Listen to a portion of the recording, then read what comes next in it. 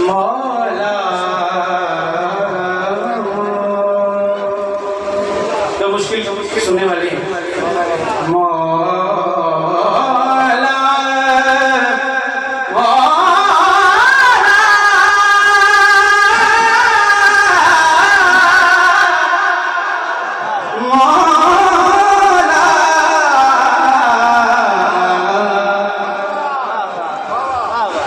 मनकबत तेरी,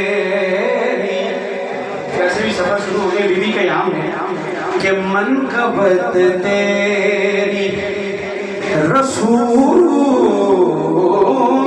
ने पढ़ी है,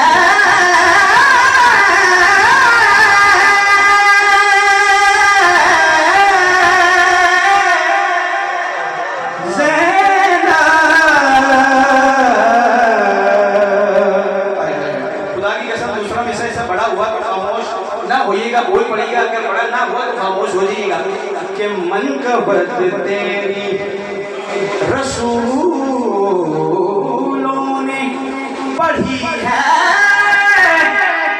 ज़ैनब मनकबत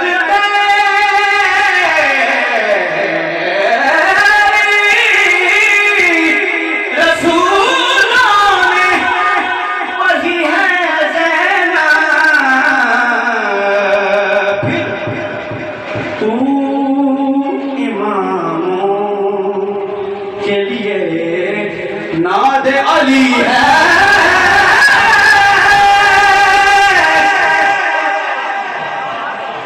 ज़ैनब तू इमामों के लिए